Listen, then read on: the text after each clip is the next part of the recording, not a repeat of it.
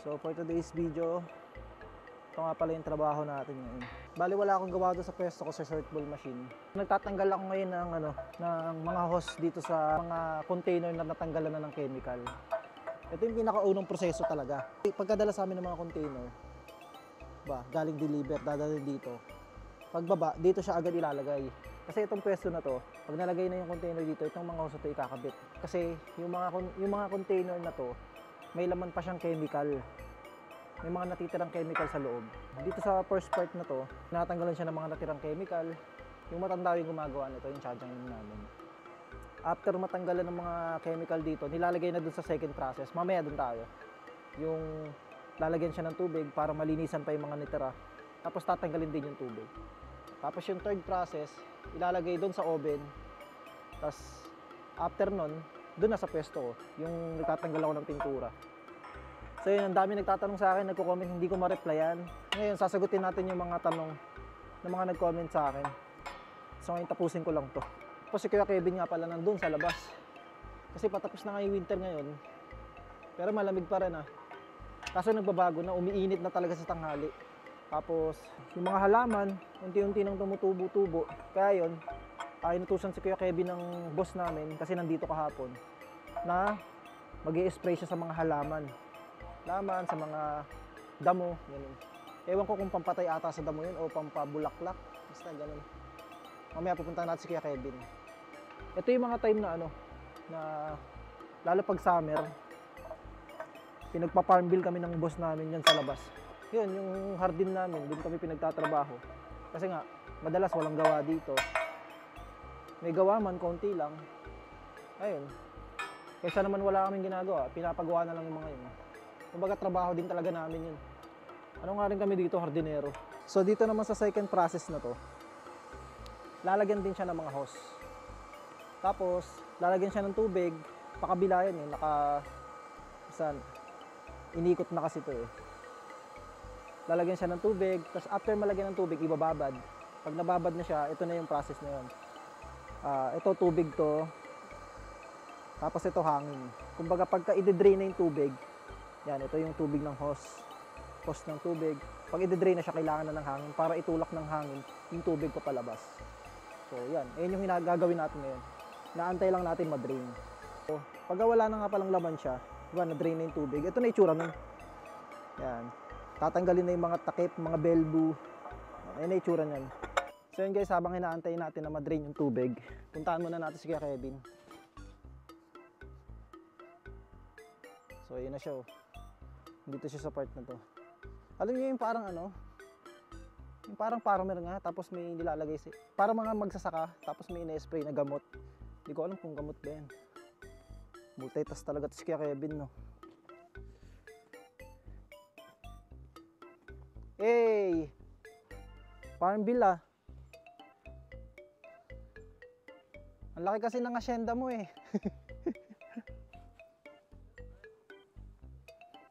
Ano ba yung Kuya Kevin chemical? Pampatay sa damo, no? Basta ina-spray mo lang. So yun, nakita nyo, nagsisimula na mamulaklak. Kasi pa spring na. Kala nyo factory worker lang kami dito Apply din ang agriculture. Sama na. Sama na para Malaki sahod. Bigat. Kapag pupunta talaga yung boss dito, ayun yung laging pinapagawa kay Kuya Kevin. Yung magdadamo. Pero sa susunod, dalawa na kami dyan pag summer. Kalahati. Kalahati na lang agad. Parang gusto mo talaga maubos agad Lahat ba? Lahat? Na yung mabetan? Hindi, lahat i-sprayan mo? Wala, grabe. So yun, may dumating na truck. So yun, may dumating na truck. Tara, magsasampa tayo. Let's go! Dahil may dumating na deliver, kakarga natin. Ay, go! Yung Wametan. Para ka lang naglalaro ng claw machine. Diba? Kaso delikado lang kasi mabigat to. Yeah. Hindi ko makita.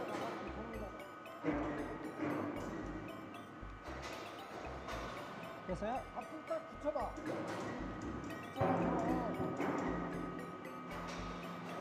오케이, 됐어.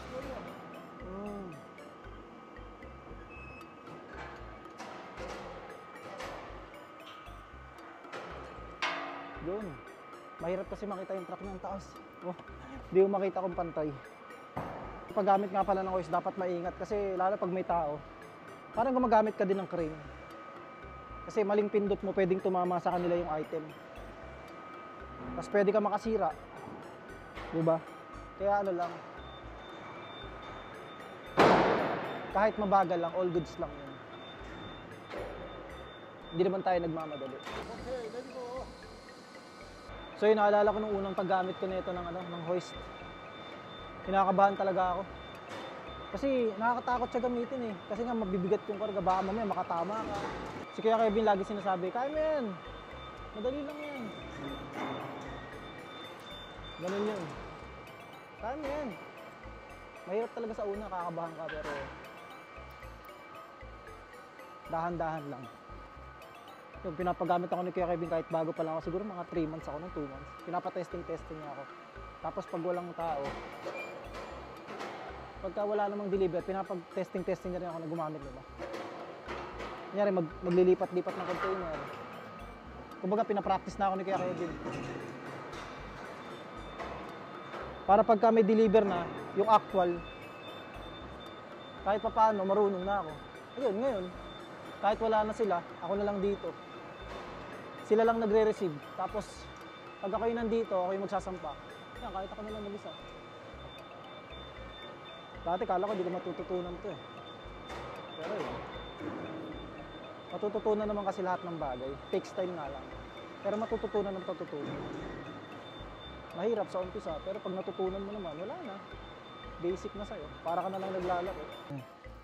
Masami da. Eh.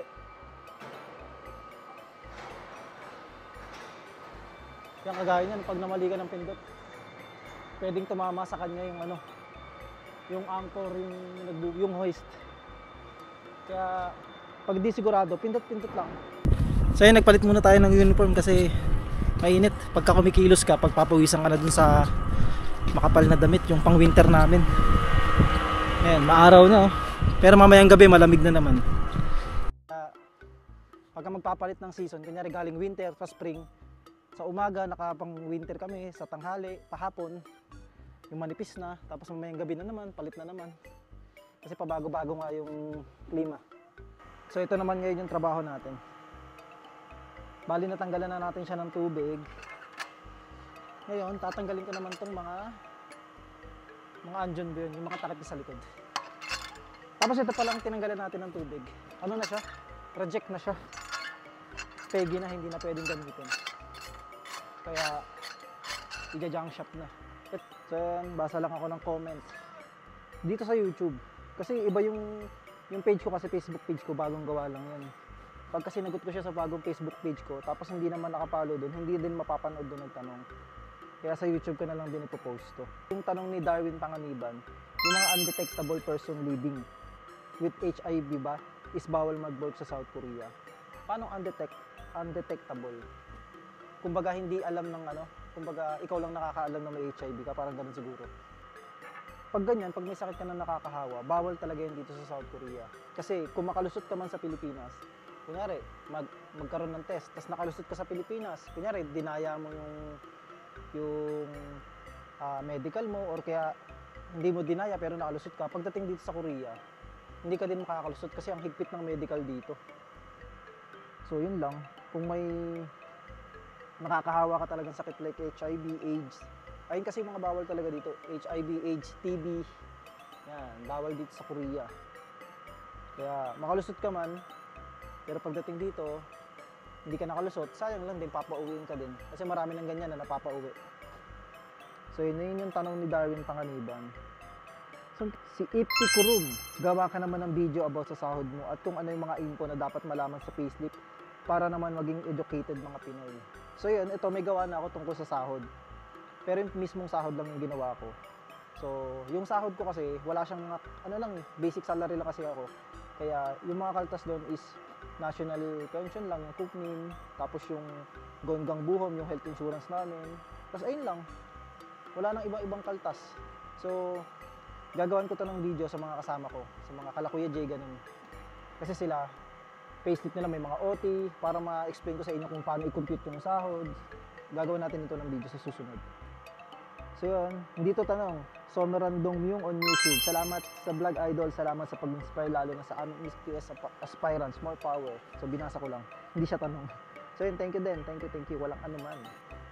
Create TV 9457. So Kuya Vincent, tanong ko lang, kapag ba nakapunta ka na sa trabaho mo dyan sa Korea, may training pa ulit or rekta trabaho na? So dito, ang training lang na gagawin nyo pagdating ng Incheon Airport. Di ba nakarating na kayo ng Incheon Airport? So dediretso kayo sa Ansong Training Center. Ayun yung training na 2 days or 3 days ata. Sa amin kasi alam ko 2 days lang. So ang training nyo naman doon, hindi sa about sa trabaho. I-explain lang sa inyo yung mga karapatan nyo, yung pagkukompute ng sahod, yung mga bawal gawin, yung mga pwedeng gawin, ganun. Tapos yung mga batas, i-explain sa inyo yun. Tapos, pagkatapos ng training, ihahatid na kayo sa mga amo nyo, kukunin na kayo ng mga amo nyo. Yan, pag nakuha na kayo ng amo nyo, so, yan. May iba na pinag-i-start agad ng trabaho, pinapakita yung trabaho, ayun na, start na agad yung trabaho nila. May iba naman na pahinga muna, tapos bukas na yung pasok, o kaya sa Monday, pahinga muna sila kasi galing biyahe. So, ang nangyari sa akin, dumating ako ng Webes dito, tapos kinabukasan pinapasok na ako Biyernes. Nung unang dating ko dito, in-explain na sa akin agad ni Kuya Kevin yung ito yung magiging trabaho natin. Kumbaga wala nang training. Hindi ko lang alam sa iba kung may training, pero lahat naman na nakakausap ko, parang hindi naman sila training, yung parang ito yung gagawin, hindi na actual na agad. Kunyari ito yung gagawin mo. Pero hindi ka naman kasi nila pagtatrabahuin ng mahirap agad. Kumbaga unti-unti lang. Kagaya ni Kuya Gerald yung unang dating. Ang trabaho nila doon bakalan. So syempre welding yun. O ang pinapagawa sa kanya, grinder lang muna. Parang siya yung tagalinis ng mga bakal. So mag-uumpisa ka muna sa madali. Yan ako, pagdating ko dito ng Webes, start na agad ako ng Friday. Yun. Pinakita sa akin ni Kuya Kevin yung gagawin. So madali lang naman, tinuturo-turo niya sa akin. So doon lang muna ako sa pwesto ko. Tapos ginagabay-gabayan niya ako. Yun lang. Hanggang matutunan ko na kinabukasan. Tapos unti-unti pag kami nakakalimutan, tanong. Kasi dito naman pagka mga factory worker naman, yung mga trabaho naman ay paulit-ulit lang. Kumbaga mahirap lang talaga i-adapt sa umpisa, pero pag natutunan mo na, kuha mo agad. Kung baka kaya mo siya matutunan agad ng 1 araw, 2 araw, ganun. Kasi may kanya-kanyang pwesto naman. So yun, wala nang training. Yung sinasabi na training sa training center, ayun yung i-explain sa inyo yung sa sahod niya, sa batas, mga ganun. Mga karapatan nyo. So yun. Yan, sana nasagot natin yung tanong ni Create TV 9457. So yun, kakatapos lang natin mag-break time. Tapusin lang natin tong trabaho natin. Grabe, kapapalit ko lang ng damit. Magpapalit na naman ako agad. Lamig. Lakas ng hangin. Mul? Sige. Mul. Siya na daw gagawa ako na dito sa tubig. Kakabit lang natin tong hose. So yun, 4:30 na. Nagpalit na ako ng uniform kasi lumalamig na naman. Pero may araw Yan, kaninang tanghali, nung alas 2, mainit talaga. Kasi ngayon, papalamig na naman ang palamig. Kaya yun, palit-palit tayo ng unit. So yun, bali, ito naman yung ginagawa natin ngayon. Ito yung nakaraan na napapalitan na. Kasi manipis na siya. Kasi wala na ekstrang bakal. Nakagaya niya. Dapat ito yung gagamitin namin. Medyo makapal naman. Mahirap to. Matagal to gawin. Kaya bumili lang siya ng bakal na ka-size nito. So yun. Mamaya na babalik yun mga alas 5. Wala na rin kaming gagawin. Kaya ang lagi ko sinasabi, mas mahirap pa pagka wala kaming trabaho. Kumbaga wala akong gawa sa pwesto ko. Kung ano yung gagawin namin sa buong araw. Kaya nito. Kumbaga parang wala kang sariling pwesto. Magawa kayo niyan. Pagkatapos nito, gagawa na naman ang iba. Kasi wala kang trabaho. Yan, kagaya si Kuya Kevin, di ba? Nag-spray siya ng ng mga damo, pang-pesticide. Ay, ganun talaga dito sa Korea kasi may mga company talaga na minsan wala silang trabaho ng ganitong panahon, malamig o kaya mainit, wala silang trabaho. May season na trabaho. Yung iba kong kasamahan, yung iba kong kaibigan dito sa Korea, parang isang buwan silang walang trabaho, ganun. Pero may pasok pa rin sila. Kumbaga nakatambay lang sila sa company o kaya kagaya namin may ginagawa-gawa. May iba naman na wala talagang ginagawa, nasa company lang. Naglilinis lang, ganun. May iba naman na wala silang gawa, hindi sila pinapapasok. Tapos ang bayad lang ata sa kanila kalahati, ganun. Ayun yung nagre-reklamo ng iba kaya nagpaparelease. Pwede mo kasing gawin dahilan yung pag wala na kayong trabaho sa company. Tapos di kayo pinapapasok, di nasusunod yung sahod nyo kada buwan. Kasi basic na nga lang tapos hindi pa nasusunod, diba? Kasi wala kayong trabaho. Yung iba nagpaparelease pag ganun. May iba naman na kahit wala silang trabaho, pinapapasok pa rin sila. Diba? Ganun. Parang sa amin, diba? Minsan walang trabaho. Pero andito pa rin kami. Kaya nga pag may trabaho kami, talagang babagal lang. Kasi tansyado na nila kung kailan lang matatapos yun eh. Kumbaga wala kaming quota na kailangang tapusin, ganun. Basta pag may gagawin dyan, kunyari marami, yun, medyo dadamihan namin yung gawa pag tambak talaga kami. Pero saktuhang galaw lang din. Tapos pagka konti lang yung stock dyan, tansya-tansya na lang. Unti-unti lang yung gagawin para may gagawin kayo. Para may gagawin kami. Kasi ang hirap nga pag walang ginagawa pag wala kaming gawa sa company. Yung ganito. Hindi naman siya mahirap. Kumbaga sa akin, paiba-iba kasi. Gagawa dun, gagawa dito. Kung saan kami napupuntang ng gawa. Pero mas okay na to kasi yung iba, yan si Kuya naman, si Kuya Ian, dati daw sa company nila, nung walang gawa sa company nila, yung kapatid ng boss nila, syempre may sariling company din. Sinasama sila nung parang hinihiram sila. Kumbaga hindi naman ayun yung trabaho nila pero nagiging trabaho nila kasi hinihiram sila ng kapatid. Pumupunta sila sa mga site, sa construction site, nagkakabit sila ng salamin. Kaya siya nagpa-release din dun sa company nila. Kasi yung company nila, walang trabaho.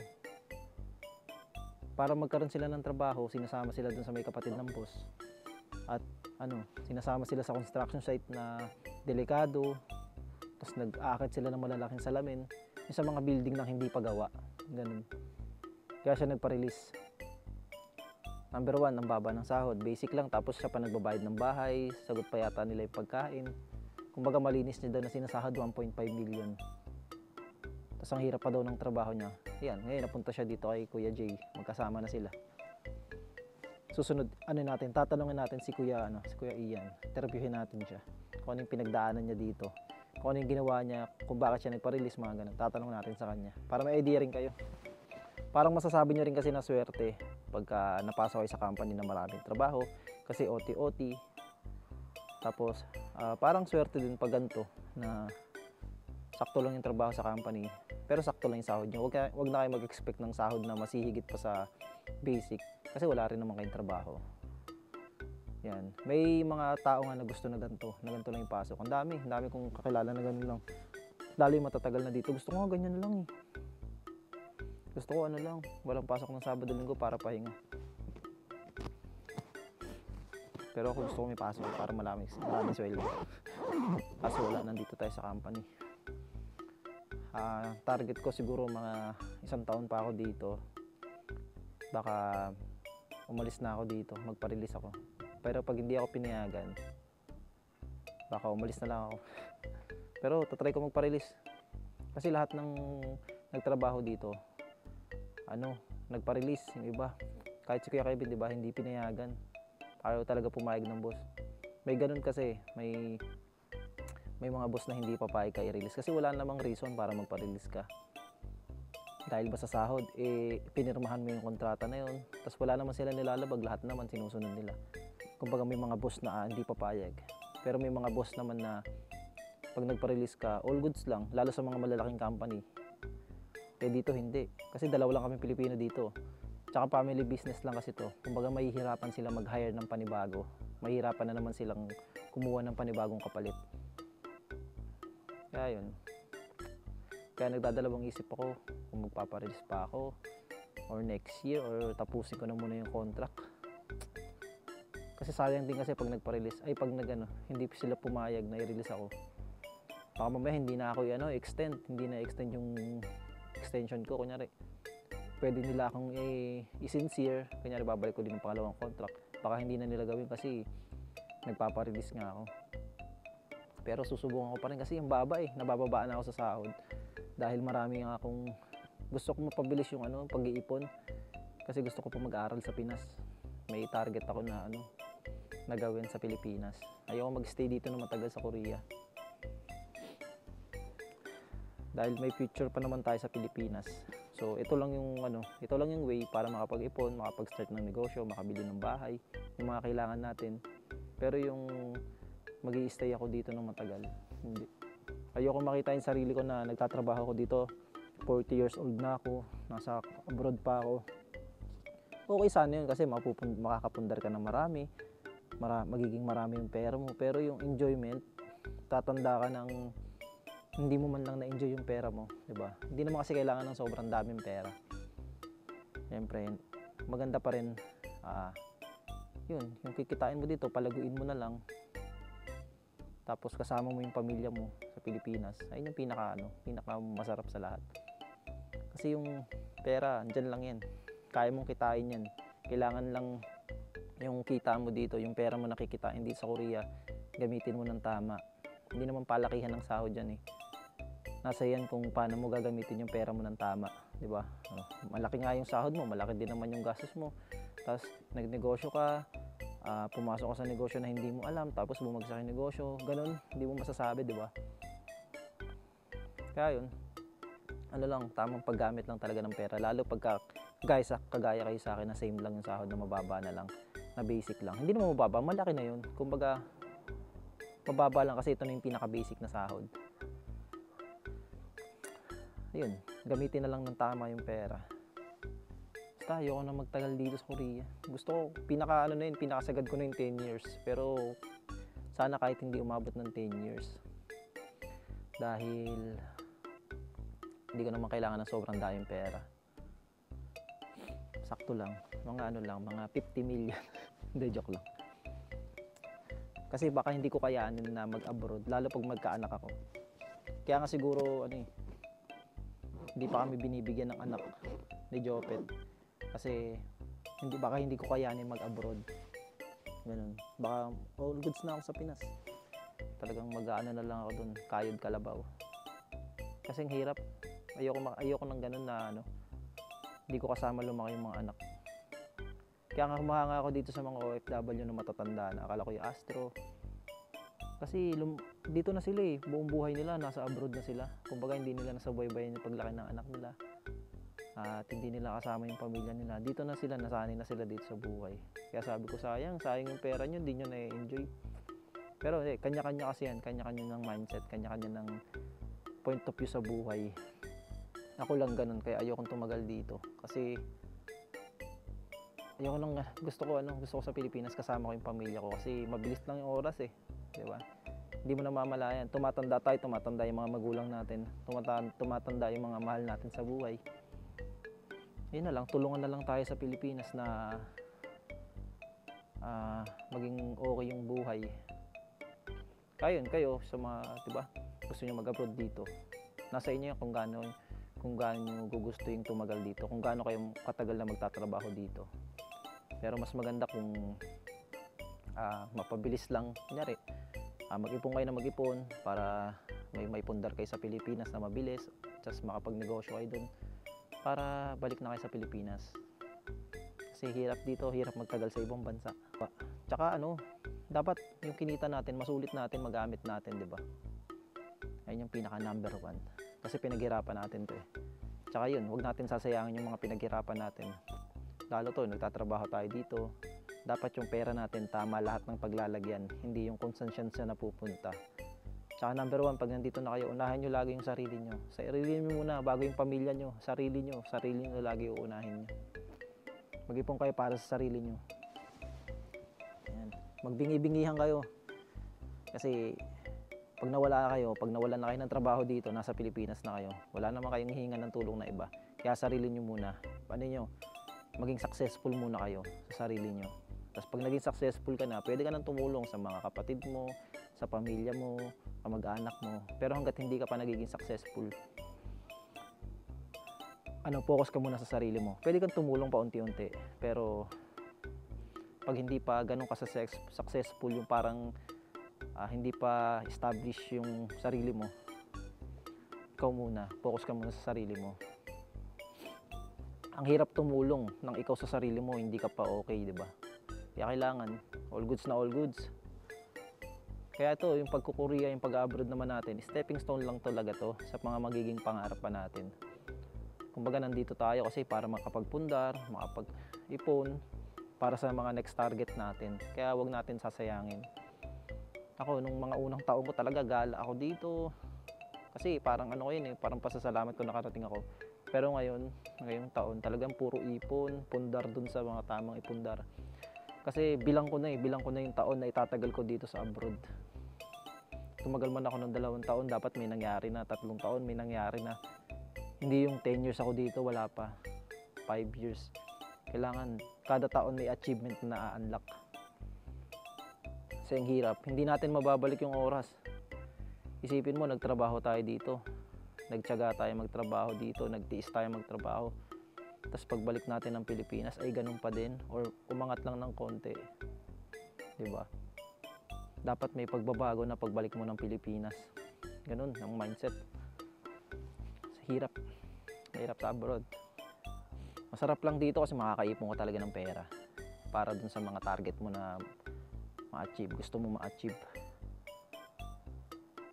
Tagal bumalik ng kasama ko. So yun, 4:52 na. Babalik lang muna ako doon kasi yung nilalagyan ko ng tubig. Let's go! So yun guys, balik kaka-out lang namin sa trabaho. So kakatas ko lang din maligo. Dapat kasi pupunta ako kay Kuya Gerald dun sa apartment nila. Kaso lamig. Grabe. Bigla lang naman lumamig. Kasi nga 'di ba nung tanghali mainit, nung hapon. Yan, lumamig na naman. Tapos ngayon palamig na naman ng palamig, alas 7 pa lang.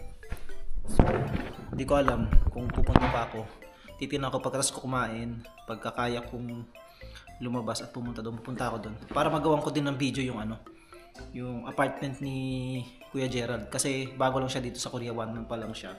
Tapos ang maganda, sagot ng company yung apartment niya. Ang babayaran niya lang is yung gas.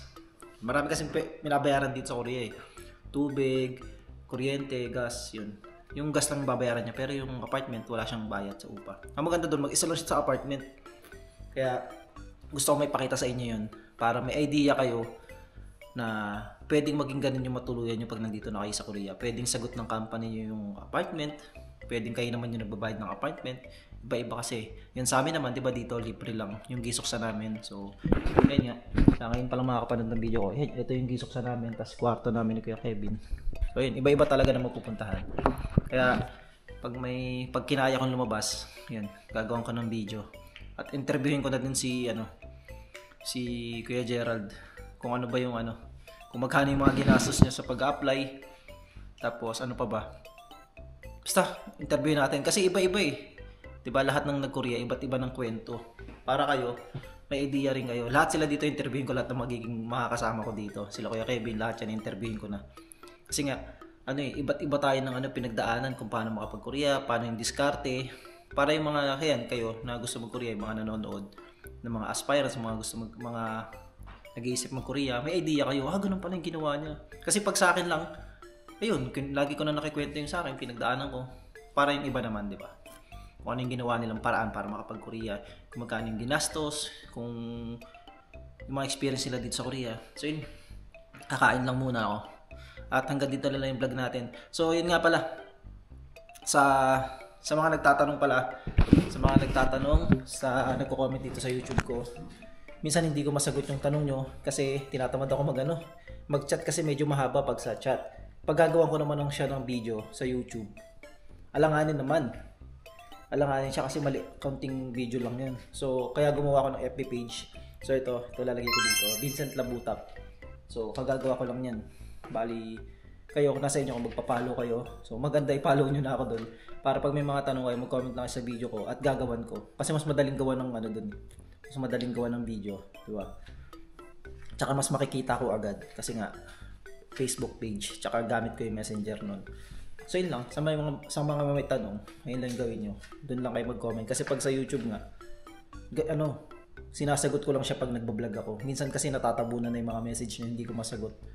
Yan. Pag sa Facebook page, pag nabasa ko yun agad, pwede kong gawan yun ng video on the spot. So yun, hanggang dito na lang. Vlog, paalam.